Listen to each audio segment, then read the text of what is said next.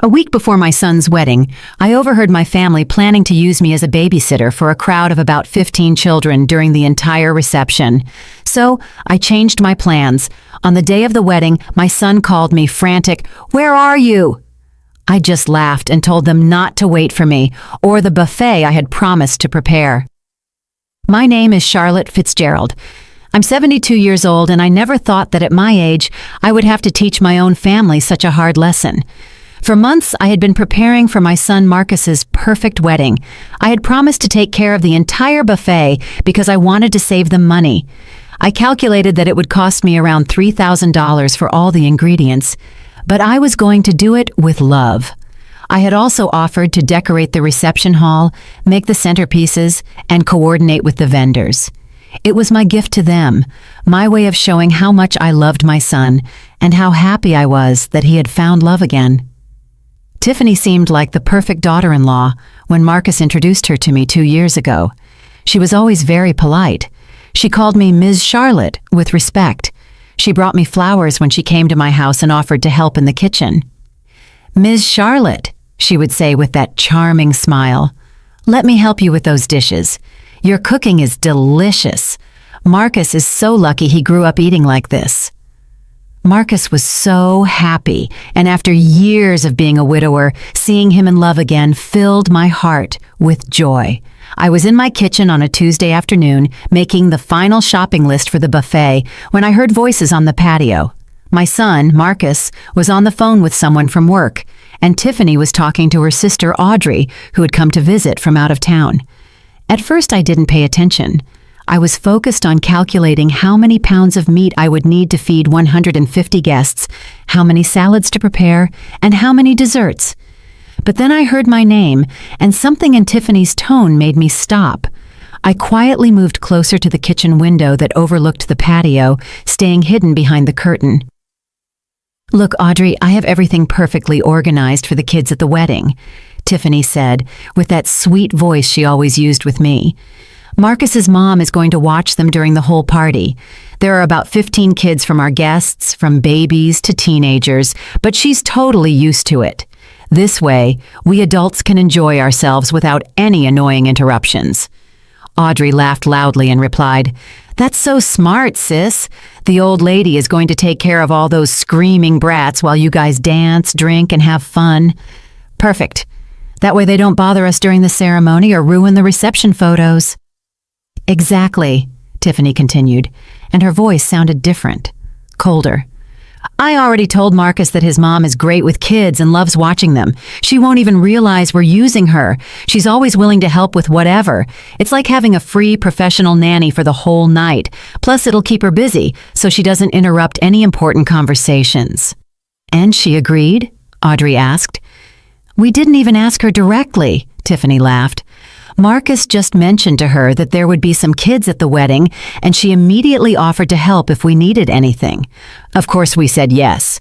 She's perfect for the job. She has experience, and she's not going to charge us a thing." I felt like I had been slapped in the face. There I was in my kitchen, my hands covered in flour from making cookies for their wedding, spending my money, my time, and my energy to make their day perfect, while they were planning to use me as a free domestic worker without even asking. "The best part," Tiffany continued, "is that since she'll be busy with the kids all night, she won't be able to eat much of the buffet she's preparing. More food for the important guests." They both laughed as if they had made the funniest joke in the world. My heart was pounding so hard, I thought they would hear it. 72 years of life, raising children, watching grandchildren, always putting family first. And this was how they repaid me. As if I were a servant, available 24 hours a day. I stood there behind the curtain, feeling the anger rise from my feet to my head. But it wasn't just anger. It was a mix of pain, disappointment, and a humiliation so profound it hurt my chest. For 2 years, I had treated Tiffany like the daughter I never had. I had welcomed her into my home with open arms, included her in all our family traditions, and taught her the secret recipes that had been passed down through generations in my family. "You know what else I like about the plan?" Tiffany continued, completely unaware that I was listening to every word. Since the old lady will be running after the kids all night, she won't be able to get into our adult conversations. You know how mothers-in-law are, always wanting to give their opinion on everything and telling boring stories about when Marcus was little. Audrey burst into laughter. Oh my God, yes. My mother-in-law is the same way, always interrupting with her 50-year-old anecdotes that no one cares about. At least yours will be useful for once. Exactly. And the best part is that Marcus thinks his mom is offering out of love. He doesn't realize we planned it this way from the beginning.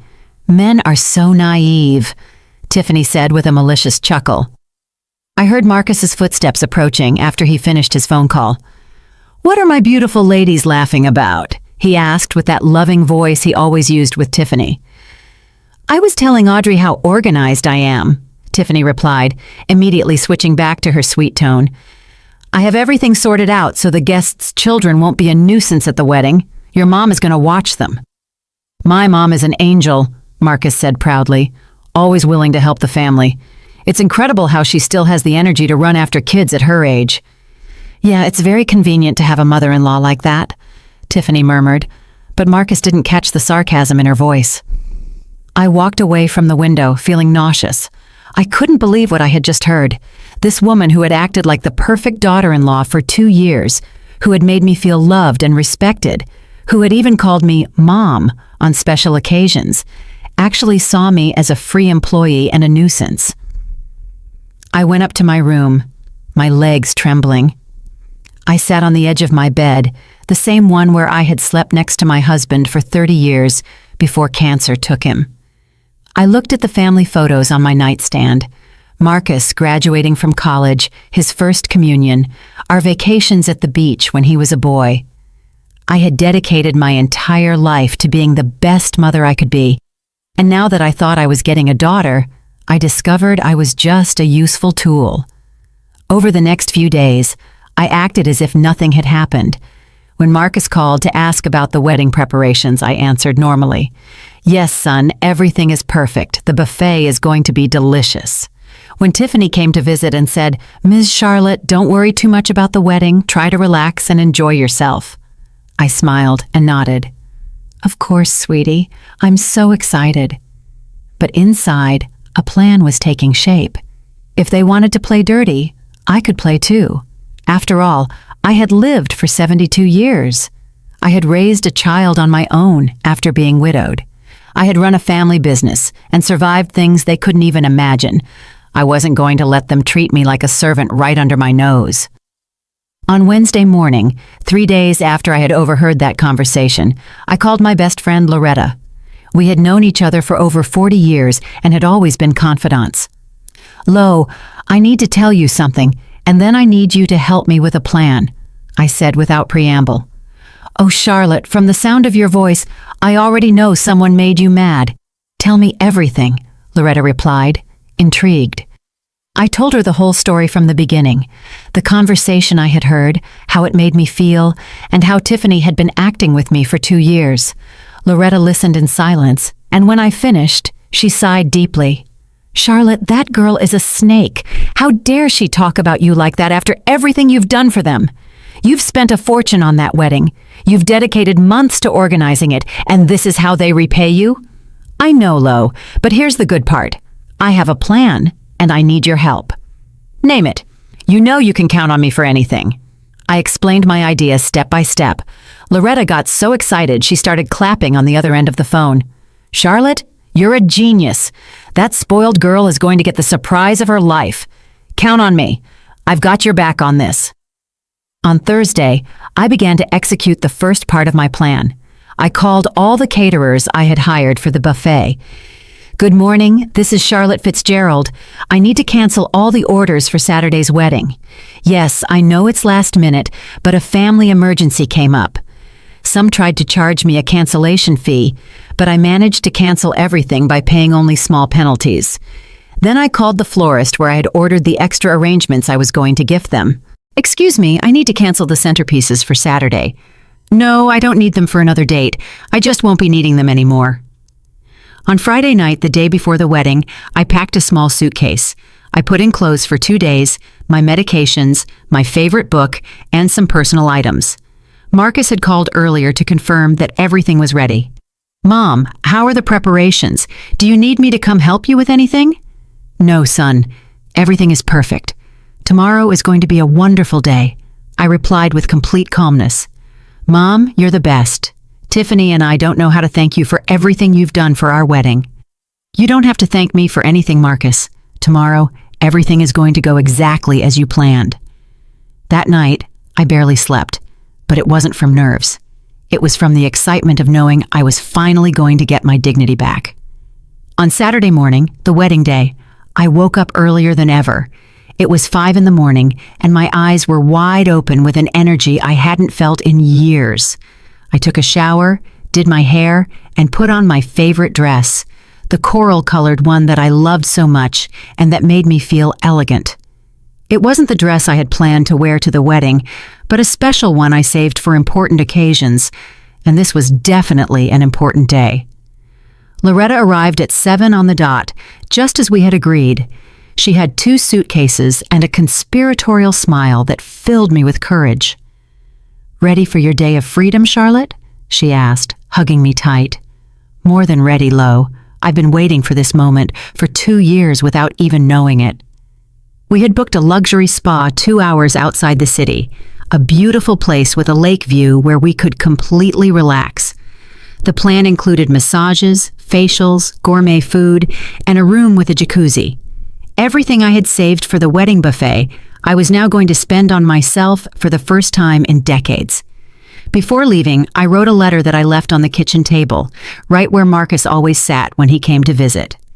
"Dear Marcus, by the time you read this letter, I'll be enjoying a well-deserved rest. For months, I prepared everything to make your wedding perfect. But yesterday, I found out that Tiffany and you had other plans for me. Apparently, my role in your special day was to be the free nanny for 15 children during the whole party, without anyone bothering to ask me if I wanted that job. Since the buffet I promised was also part of my unconsulted duties, I decided to cancel everything. I hope you find a quick solution. I'll be back Sunday night. With love, but with dignity, Mom." While Loretta loaded the suitcases into the car, I took one last look around my house. I looked at the kitchen where I had planned to cook all night for the buffet, the dining room where I had been organizing the centerpieces, the living room where I had tried different flower arrangements. All of that had been done with love, but that love had been misinterpreted as obligation. "Charlotte, are you sure about this?" Loretta asked me when I got in the car. "Because once we start, there's no turning back. Lo, I'm 72 years old. If I don't stand up for myself now, when will I?" "Start the car." The drive to the spa was liberating. As we watched the scenery pass by the window, Loretta and I talked about everything we had lived through together over the years. "Remember when our kids were little and we thought the biggest problems were that they didn't want to eat their vegetables?" Loretta laughed. "I miss those simple problems," I replied. "At least back then, when you did something out of love, it was received as love, not as servitude." We arrived at the spa at 10 in the morning. The place was even more beautiful than I had seen in the online photos. Perfectly manicured gardens, a spectacular view of the lake, and a peaceful atmosphere that immediately calmed me down. The receptionist greeted us with mimosas. "Welcome, ladies. Your rooms are ready, and your treatments will begin in 1 hour. Is this a special occasion?" "Yes," I replied with a genuine smile. "I'm celebrating my independence." As I settled into my beautiful room with a lake view, I started to imagine what was happening back in the city. The wedding was scheduled to start at 4 in the afternoon, but buffet preparations usually began very early. Marcus would probably be calling me from 9 a.m. to ask if I needed help loading the food. At 11:30, just as I was entering my first massage treatment, my phone started to ring. It was Marcus. I let it ring. 5 minutes later, it rang again and again. I turned the phone off. "Miss Charlotte, is everything okay?" the masseuse asked, seeing my smile. "Perfectly fine, dear. Please continue." For the next 3 hours, I dedicated myself completely to enjoying myself. The hot stone massage relaxed muscles I didn't even know were tense. The facial left my skin glowing. Loretta and I had lunch at the spa restaurant. Delicious food that I didn't have to cook myself, served by people who treated me with respect and kindness. "You know what I like most about all this?" I said to Loretta as we drank white wine on the terrace overlooking the lake. "What is it?" "That for the first time in 2 years, I'm doing exactly what I want to do when I want to do it, without having to ask anyone if it's okay or if they need me to do something else first." Loretta raised her glass. "I'll drink to that, and to the look on Tiffany's face right now." At 3 in the afternoon, I decided to turn my phone back on. I had 17 missed calls from Marcus, 8 text messages, and surprisingly, 3 calls from Tiffany. Marcus had never called me so many times in a row in his entire life, not even when his father was in the hospital. The text messages were getting more and more desperate. "Mom, where are you? We've been calling you all morning. Mom, I found your letter. Please call me urgently. Mom, the wedding starts in an hour. Please answer.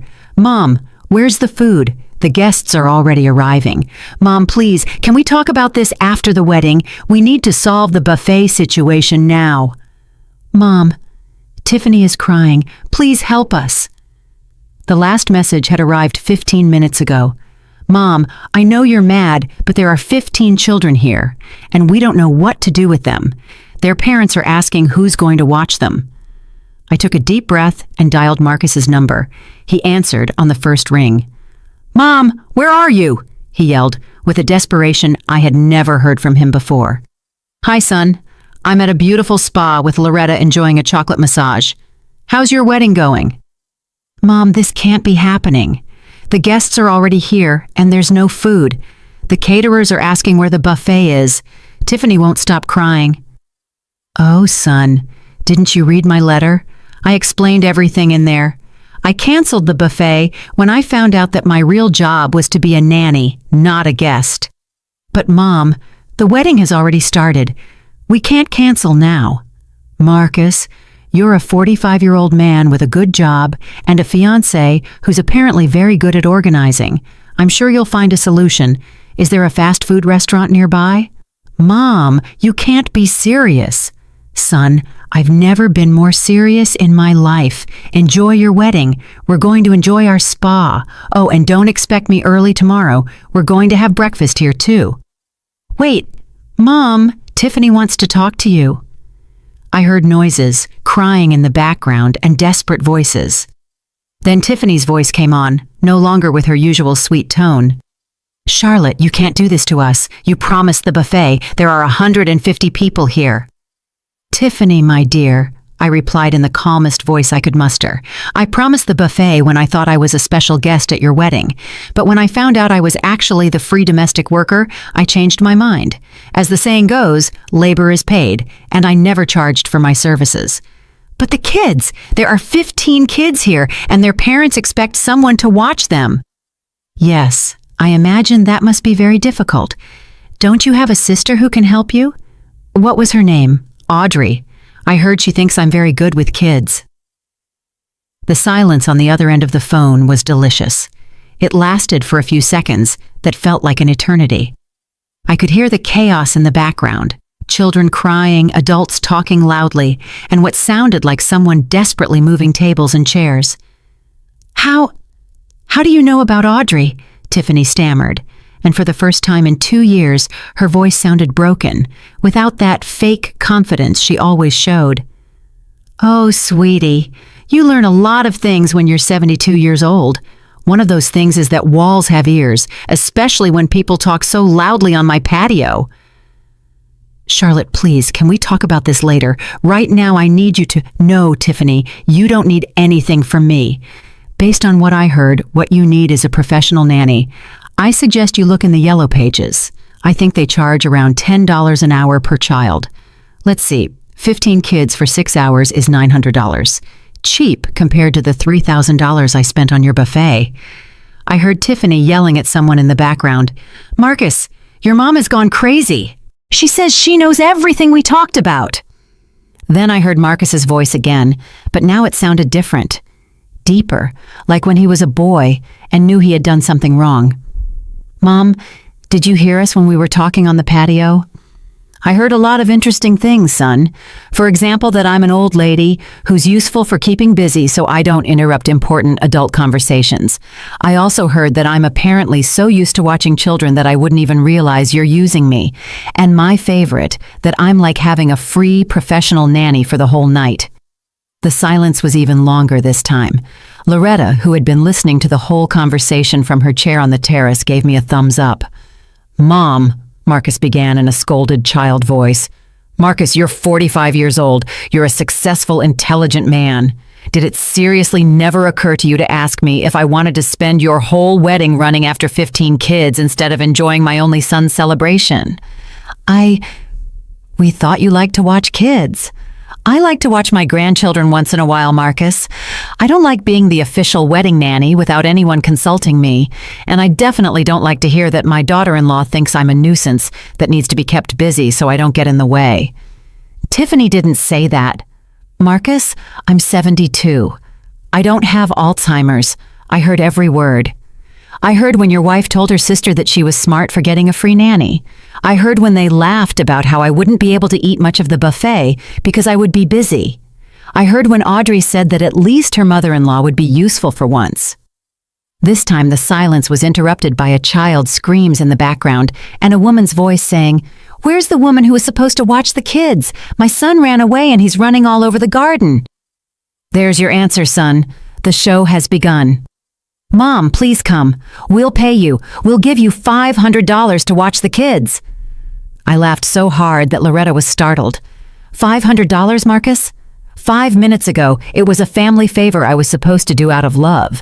And now that you've realized I'm not as dumb as you thought, you want to pay me $500 to ruin my coral dress running after kids I don't even know?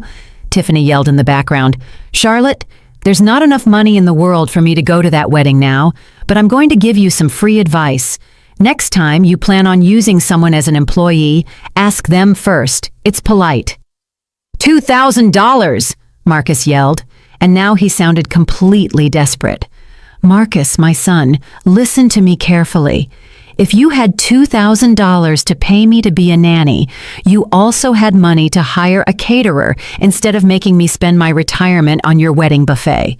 But it turns out it was more convenient for Mom to pay for everything and also work for free, wasn't it?" Loretta poured me more wine and whispered, "You are brilliant, my friend." "Mom." Marcus's voice was now breaking. "Please don't do this to me. It's my wedding." "Marcus, I'm not doing anything to you. You did something to me. You and your fiancé decided I was your personal employee without consulting me. I'm just deciding that I don't accept that job. But we can't get a caterer at this hour. The guests are going to be hungry." "You know what, son? That's called planning. When you organize a wedding, you're supposed to make sure you have food and a nanny. You assumed you had both for free, but you were wrong. Charlotte, you come back to the hall right now or we're never going to forgive you," Tiffany yelled. And now her true personality was fully showing. "There it is," I said to Loretta as I covered the phone. "There's the real Tiffany." I uncovered the phone and replied in the calmest voice in the world. "Tiffany, my dear, there's nothing to forgive. You planned to use me. I decided not to let myself be used. It's as simple as that. And frankly, after hearing your true tone of voice, I'm very glad I'm not there." "You're a selfish old lady. You ruined my wedding," Tiffany yelled. "No, sweetie. You ruined your wedding when you decided that saving money was more important than treating your mother-in-law with respect. I just decided not to be an accomplice to my own humiliation." Marcus took the phone again. "Mom, the kids are running all over the place. One got into the kitchen and knocked over the entire cake. Another one hid under the main table. The parents are furious." "Marcus, and where's that smart Audrey? Can't she help her sister with the kids?" "Audrey says she didn't know she had to watch kids, that it was your job. How convenient. The same Audrey who was laughing that the old lady was going to watch all the screaming brats now says she can't help. Marcus, please. Marcus, I'm going to hang up now because my chocolate massage is waiting. But before I do, let me tell you something. I hope this experience teaches you that your mom is not your personal employee. I'm a 72-year-old woman who deserves respect, not a servant you can use when it's convenient for you." "Wait, Mom? What? Are you really not coming?" "I'm really not coming. Enjoy your wedding. We're going to enjoy our spa, and tomorrow? Tomorrow we'll see. First, I want you to reflect on what happened here, and I want your wife to reflect on what it means to have a family." "But Mom..." "Marcus, I have to go. My masseuse is waiting for me, and unlike you guys, she's treating me with respect because I'm paying her for her services." I hung up the phone and put it on silent. Loretta was clapping. "Charlotte, that was masterful. How do you feel?" "I feel free, Lo. For the first time in 2 years, I feel completely free." After hanging up the phone, I sat on the spa terrace, looking at the lake and feeling a peace I hadn't experienced in a long time. Loretta watched me with a mix of admiration and concern. "Charlotte, are you sure you did the right thing?" she asked, taking a sip of her wine. "I mean, I know you were right, but Marcus is your only son." "Lo, precisely because he's my only son, I need to teach him this lesson. If I don't do it now, Tiffany is going to turn him into someone who treats his own mother like a domestic worker, and I'm not going to allow that." For the next 2 hours, my phone vibrated constantly, but I kept it on silent. Loretta and I enjoyed our spa treatments as if nothing were happening. The collagen facial left my skin as soft as a baby's, and the aromatic oil massage relaxed muscles that had been tense for years from the stress of trying to be the perfect grandmother. "You know what the funniest thing about all this is?" I said to Loretta while we were in the jacuzzi watching the sunset. "What?" "That for 2 years I tried so hard to be the ideal mother-in-law that I lost my own identity. I cooked what she liked. I decorated how she thought was pretty. I even changed the way I dressed to fit her image of the perfect grandmother." "I always thought that was strange," Loretta admitted. "You, who were always so independent, suddenly seemed to be asking for permission for everything." "You were right, and the worst part is that the more I tried to please her, the less she respected me. For her, my willingness to help was a weakness, not love." At 8 in the evening, I decided to check my phone. I had 43 missed calls, 26 text messages, and to my surprise, several messages from unknown numbers. Apparently, some relatives had gotten my number to try to convince me to go back. The messages were getting more and more desperate and revealing. "Marcus, Mom, we had to order pizza for all the guests. We spent $1,200 on pizza." "Marcus, the parents of 3 kids already left angry because no one could watch them." "Marcus, Tiffany is in the bathroom crying. She says you ruined the most important day of her life."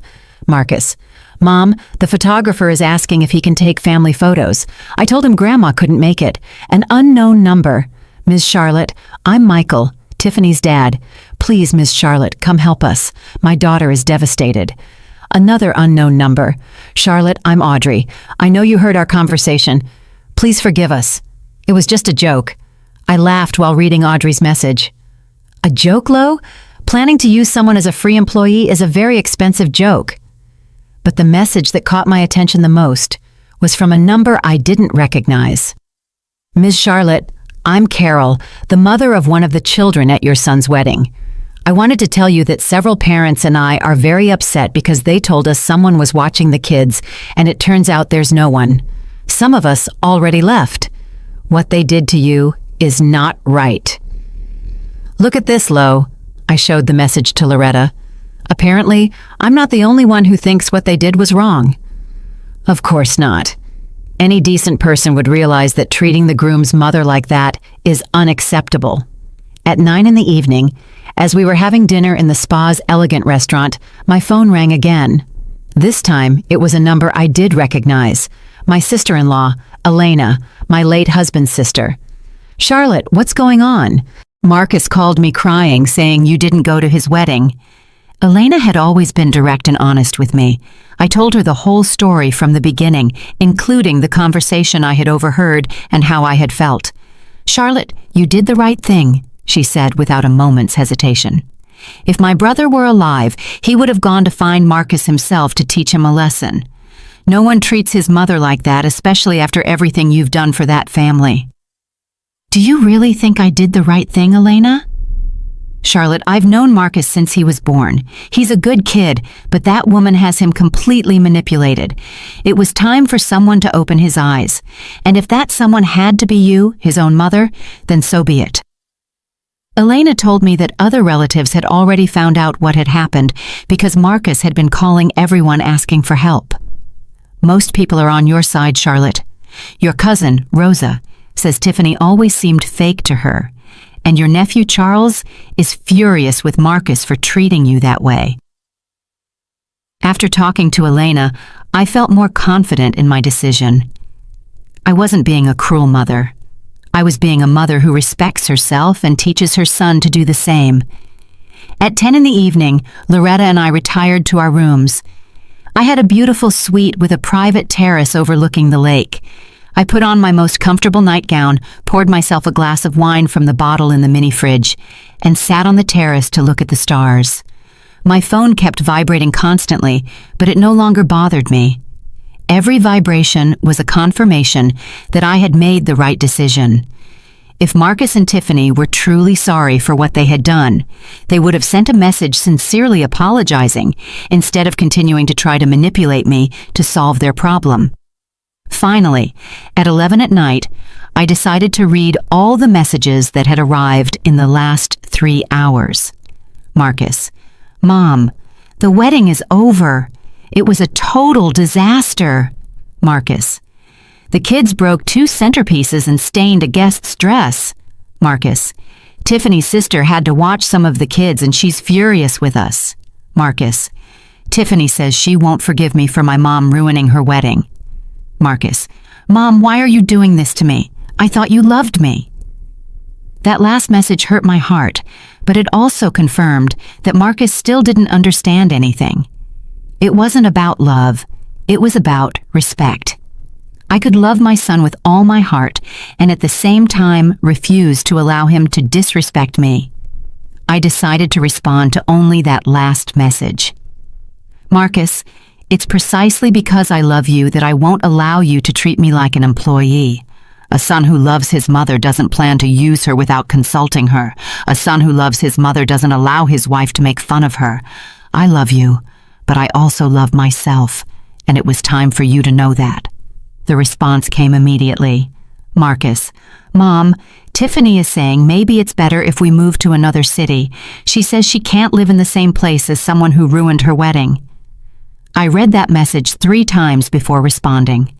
Tiffany was playing her final card, emotionally blackmailing Marcus, threatening to take him away from me. Marcus: "If Tiffany wants to move because she can't face the consequences of her actions, that's a decision you two must make as adults. But know that a woman who truly loves you would never pull you away from your family as punishment for something you didn't do." There was no response after that. I stayed on the terrace until very late, listening to the sound of the water on the lake and feeling a deep tranquility. For the first time in 2 years, I wasn't worried about whether I had pleased someone else. I wasn't thinking about what I could cook for Marcus tomorrow, what favor I could do for Tiffany, or how I could be a better mother-in-law. I was thinking about me, about Charlotte, about the 72-year-old woman who had raised a wonderful son, who had maintained a happy marriage for 30 years, who had survived widowhood with dignity, and who deserved to be treated with respect by her own family. That night, I slept better than I had in months. On Sunday morning, I woke up with a strange feeling. I felt rested and at peace. It had been a long time since I had woken up without that constant anxiety of thinking about what I would need to do to keep everyone happy. Loretta and I had agreed to meet for breakfast at 9, but I was already awake at 7, enjoying the silence and the view of the lake from my terrace. My phone had remained silent all night, which seemed more significant to me than all the desperate messages from the day before. Either Marcus had finally gotten the message, or he was so angry that he had decided not to talk to me anymore. Both options seemed better to me than continuing to receive messages trying to manipulate me. When Loretta and I met at the spa restaurant for breakfast, she looked at me with curiosity. "You look different, Charlotte. Lighter." "I feel different, Lo. It's as if I had been carrying a huge weight on my shoulders for 2 years and had finally taken it off. We ordered a full breakfast with fresh fruit, yogurt, pancakes, and coffee. While we ate, we talked about everything but the wedding. We talked about our plans for the coming months, about the books we wanted to read, about trips we had dreamed of taking but always postponed to be available for our family's needs. You know what, Lo? I think we're going to take that trip to Europe we've always planned. Seriously? You're not going to wait to see if Marcus and Tiffany need you to watch their future kids? Marcus is 45 years old. If he decides to have kids, he can hire a nanny like all normal people do. I'll be available as a grandma, not as a domestic worker. After breakfast, we decided to extend our stay a little longer. We booked the private jacuzzi for 2 more hours and spent the morning completely relaxing. It was the first time in years that I had spent so much time thinking only about my own well-being. At noon, as we were packing our things to go back, I decided to turn on my phone again. I had 3 new messages, all from Marcus, sent in the early morning. Marcus: Mom, Tiffany and I talked all night. She's very hurt, but she admits that maybe we didn't treat you well. Can we talk when you get back? The messages were different, less desperate, more reflective. But I also noticed something important. There was no real apology, just an admission that maybe they hadn't treated me well. Maybe wasn't enough for what had happened. I decided not to answer yet. I wanted to get home, settle into my own bed, and think carefully about what I wanted to say and how I wanted to say it. The trip back was quiet. Loretta and I talked about what this weekend had meant to me. You know what's the most important thing I learned, Lo? That you can love your family and set boundaries at the same time. For all these years, I thought that loving meant saying yes to everything. But now I understand that sometimes loving means saying no. That's a lesson that many women of our generation need to learn, Loretta replied. We were raised to believe that our worth depended on how much we sacrificed for others. I arrived home at 5 in the afternoon. The house felt different, as if it had been empty for much longer than 2 days. I made myself some tea, put on my most comfortable clothes, and sat on my favorite armchair in the living room. It was time to decide what to do next. At 6 o'clock, the doorbell rang. I looked out the window and saw Marcus's car parked outside. He was standing at my door, alone, with his head down. I took a deep breath and went to open it. "Hi, Mom," he said in a soft voice. He looked tired, as if he hadn't slept in days. "Hi, Marcus. Come in." We sat in the living room, him on the sofa, and me in my armchair. The silence stretched for a few minutes, until Marcus finally spoke. "Mom, I have to apologize." "I'm listening." "Tiffany and I talked all night after the wedding.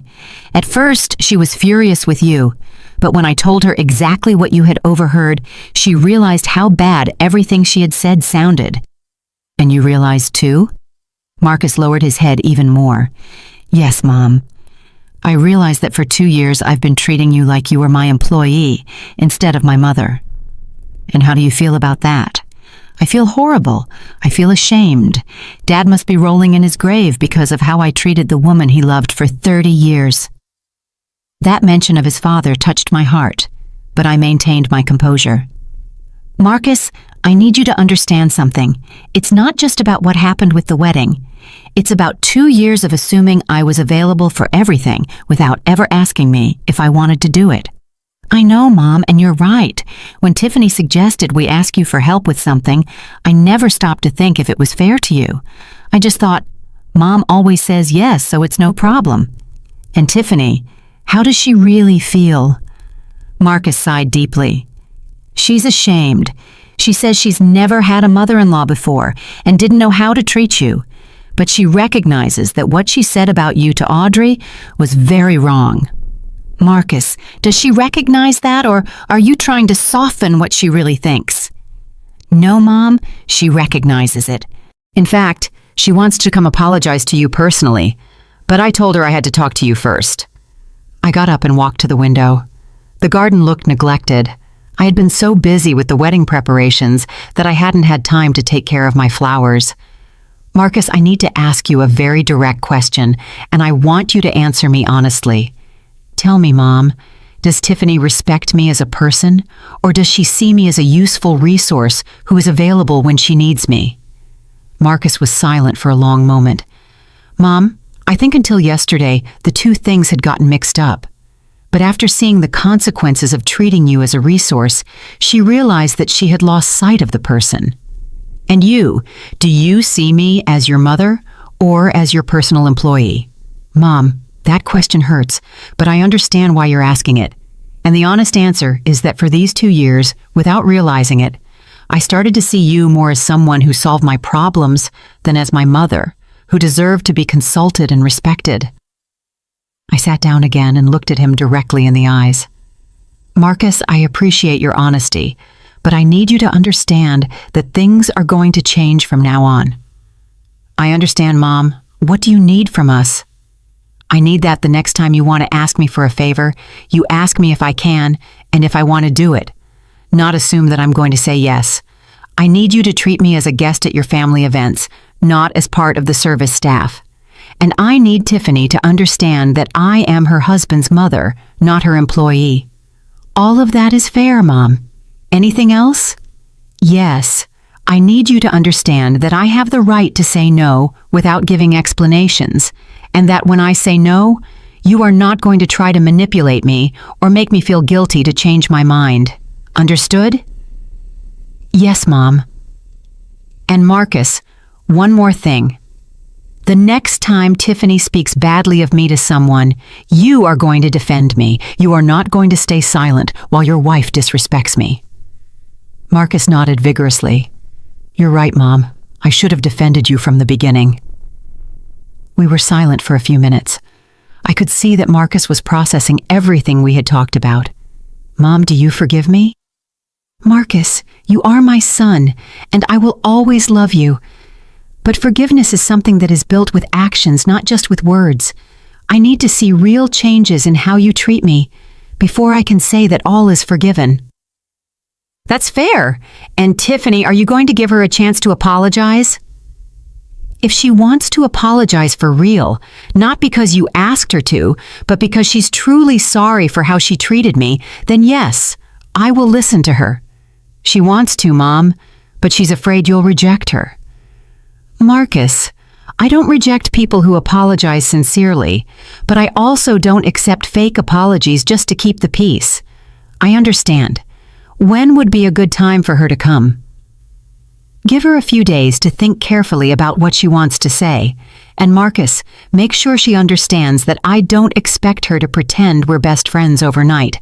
I just expect basic respect. Marcus stayed a little longer at my house, and for the first time in a long time, we had a real conversation between mother and son, not boss and employee. He talked to me about how he had felt during the wedding, seeing the guests wonder why there was no prepared food and why the children were running unsupervised everywhere. Mom, when the parents started asking me where the person who was going to watch the kids was, I realized that we had never asked you if you wanted to do that job. We just assumed it. And how did you feel when you realized that? I felt like an idiot, Mom, and I was ashamed that my own mother had to teach me such a basic lesson about respect. When Marcus left that night, I thought about our conversation. He seemed genuinely sorry, but I also knew that apologies are easy when you're faced with the consequences of your actions. The real test would be to see if the changes lasted beyond this crisis. The next 3 days were quiet. I didn't receive any calls asking for favors, no messages assuming I would be available for something. It was a strange but liberating feeling. For the first time in 2 years, my days were completely my own. On Wednesday afternoon, Marcus called me. Mom, Tiffany wants to come talk to you tomorrow afternoon if you agree. Is she sure she wants to do it, or does she feel obligated? She's sure, Mom. She's been very quiet these past few days, reflecting on everything that happened. Okay, tell her to come tomorrow at 4. Thanks, Mom.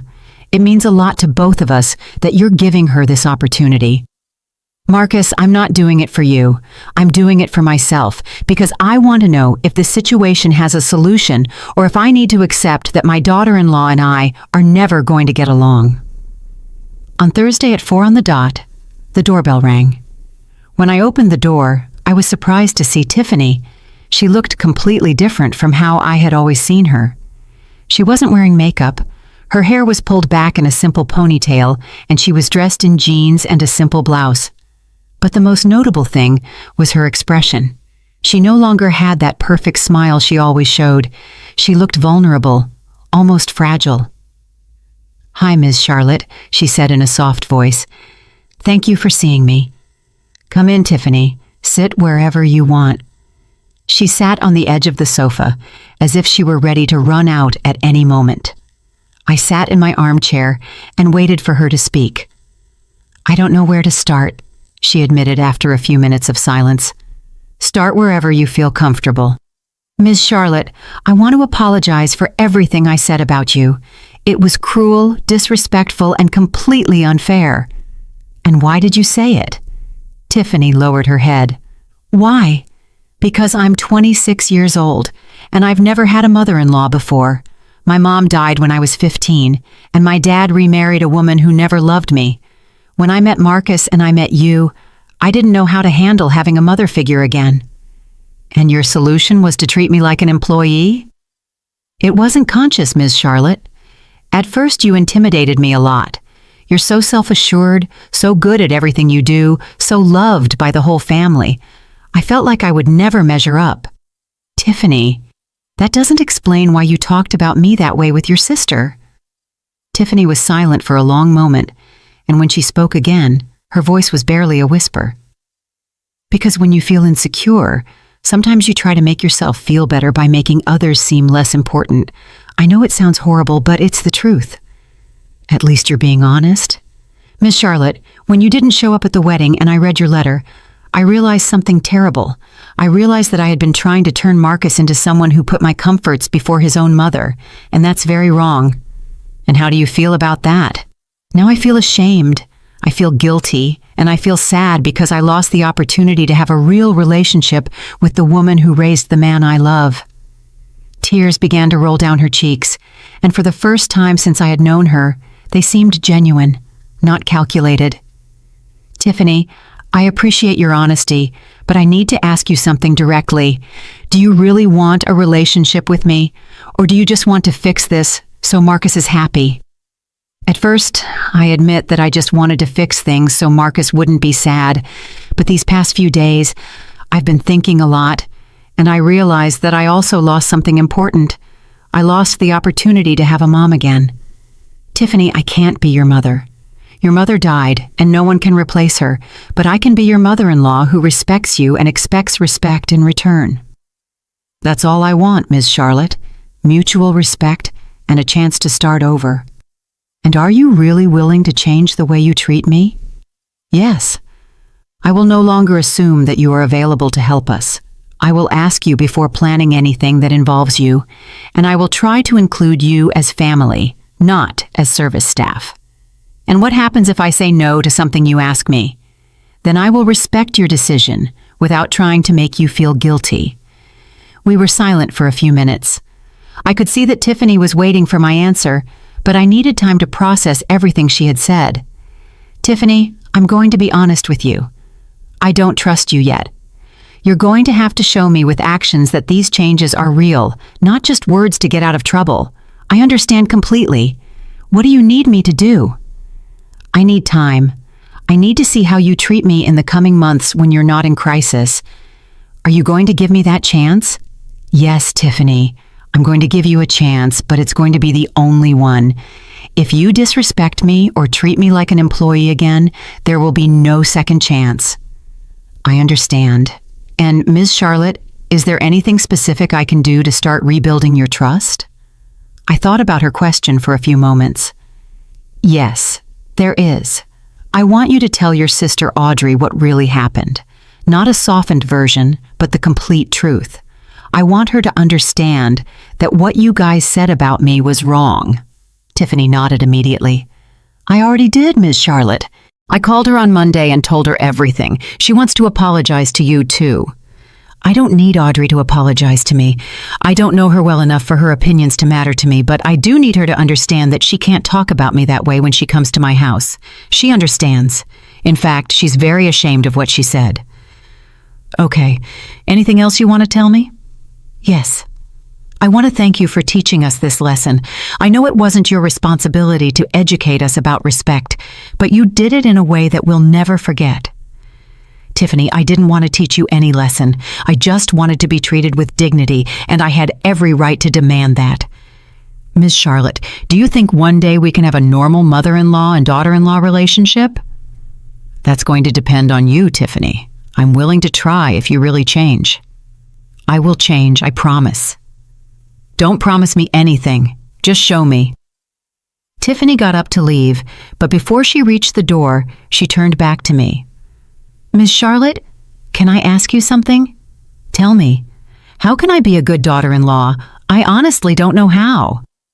Her question surprised me with its simplicity and honesty. Tiffany, being a good daughter-in-law is the same as being a good person. Treat others the way you want to be treated. Ask before you assume. Respect boundaries, and remember that behind every favor someone does for you is a person who chose to help you. Can I ask you when I have questions about something? If they're genuine questions and not disguised manipulation, yes. Thank you, Ms. Charlotte. Thank you for everything. When Tiffany left, I sat in my living room, feeling a mix of cautious hope and emotional exhaustion. The conversation had seemed sincere, but only time would tell if the changes would be lasting. The next 2 weeks were revealing. For the first time in 2 years, Marcus and Tiffany didn't call me asking for any favors. There were no messages assuming I would be available to cook, clean, or watch something. At first, I thought they were angry and punishing me with silence. But then I realized that they were simply respecting my space like they never had before. The first real test came on the Friday of the second week. Marcus called me around 7 in the evening, and by the tone of his voice, I could tell he was nervous. Mom, I need to ask you a favor. My heart sank a little. They were going back to their old patterns. Tell me, Marcus. Tiffany's birthday is on Saturday, and I wanted to throw her a surprise party. Could you help me organize it? Marcus, are you asking me to organize the whole party for you? No, Mom, not at all. I already hired the caterer, booked the venue, and sent the invitations. I just need help with the decorations because you have a great eye for those things. But obviously, I'll pay you for your time and your ideas. I was surprised. Marcus had done most of the work himself. He was just asking me for specific help with something he knew I was good at and was offering to pay me. Marcus, you don't need to pay me for helping with the decorations. That's something I can do as a gift for Tiffany, but I appreciate that you asked instead of assuming. You would really help me? Of course. It seems like a very sweet gesture on your part. Thanks, Mom. And if at any point you feel it's too much work, just tell me, and I'll hire someone else. Okay, son. That conversation confirmed that the changes were real. Marcus had learned to plan his own events, not to assume my availability, and to offer compensation for my time. But more importantly, he had learned to give me an out without making me feel guilty.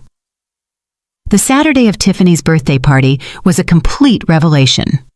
Marcus and I spent the morning decorating his backyard with golden balloons and fresh flowers. He had bought all the materials and just needed my ideas on how to combine the colors and where to place everything. We worked together as a team, talking and laughing as we transformed the space.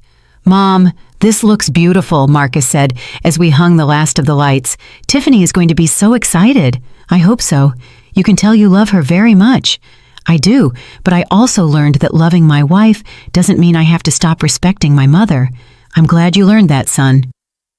When Tiffany arrived that night, pretending she was just coming to an intimate dinner, her surprise was genuine and moving. Seeing the decorated backyard and all her friends waiting for her, she started to cry with joy. I can't believe you did all this, she exclaimed, hugging Marcus. Ms. Charlotte helped me with the decorations, Marcus said. She has an incredible talent for these things. Tiffany came over and gave me a sincere hug. Thank you, Ms. Charlotte. Everything looks gorgeous. It was my pleasure to help, Tiffany. Happy birthday. During the party, I observed how Marcus and Tiffany interacted with me.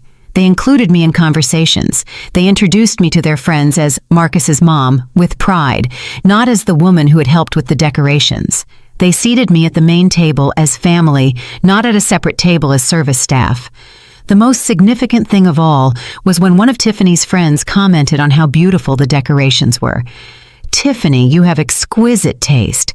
Where did you learn to decorate like that?" "Actually, it was Miss Charlotte who designed everything," Tiffany replied immediately. "She has a natural talent for these things. I was just lucky that she helped me." Instead of taking credit for my work, Tiffany gave it to me completely. It was a small but significant change that showed me she had truly understood the lesson. 2 months after the disastrous wedding, I received a call I wasn't expecting. It was Carol, the mother who had sent me that text message during the wedding. "Miss Charlotte, I hope you remember me. I'm Carol, the mom of one of the kids from your son's wedding." "Of course I remember you, Carol. How are you?" "I'm good, thanks. I'm calling because I wanted to tell you something. Do you remember Michael, Tiffany's dad?" "Yes." "What about him?" "It turns out he and I met at the wedding when we were all trying to control our unsupervised kids. We started talking about what had happened with you, and we both agreed that what they did to you was very wrong. And well, we've been dating ever since, and he's told me more details about the situation. I wanted you to know that he also lectured Tiffany about how they treated you." I laughed softly. "Seriously? Tiffany's dad defended me?" "Yes, and pretty strongly. He told Tiffany that you had been incredibly generous preparing the buffet, and that using you as a nanny without consulting you was unacceptable. He says he felt very ashamed when he found out the whole story." "I'm glad to know that, Carol." "Miss Charlotte, all of us parents who were at that wedding were very impressed with what you did. Not many people your age would have the courage to stand up for themselves like that. Sometimes you have to defend yourself no matter your age." "Exactly. And we wanted you to know that we respect you a lot for that." That call filled me with unexpected satisfaction. Not only had I defended my dignity with my own family, but my example had resonated with other people who had witnessed the situation. 3 months after the wedding, Tiffany invited me to lunch, just the two of us. We met at a quiet cafe near my house, and during the meal, we had the most honest conversation we had ever had. "Miss Charlotte, can I tell you something personal?" "Of course, Tiffany." "Since the wedding, I've been going to therapy." "Really? Why?" "Because I realized that I have problems relating to mother figures. After my mom died, I developed defense mechanisms that included devaluing other older women to protect myself emotionally. That explains a lot of things."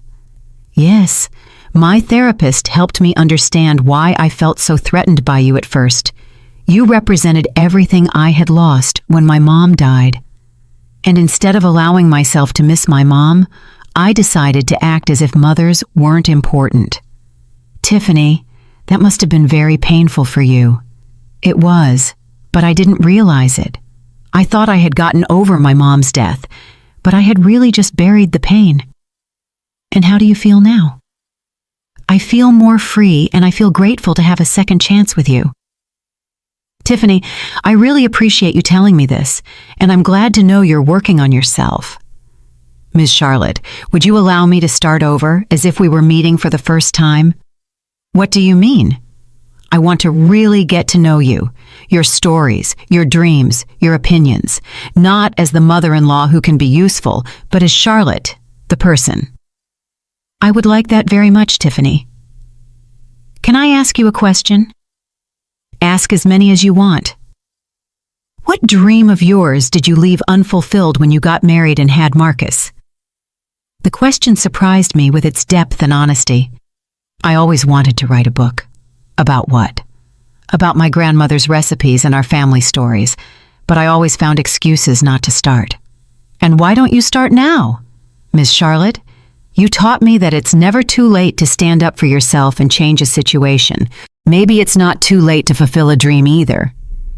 That conversation planted a seed in my mind. Over the next few weeks, I began to seriously think about writing that book I had always wanted to write.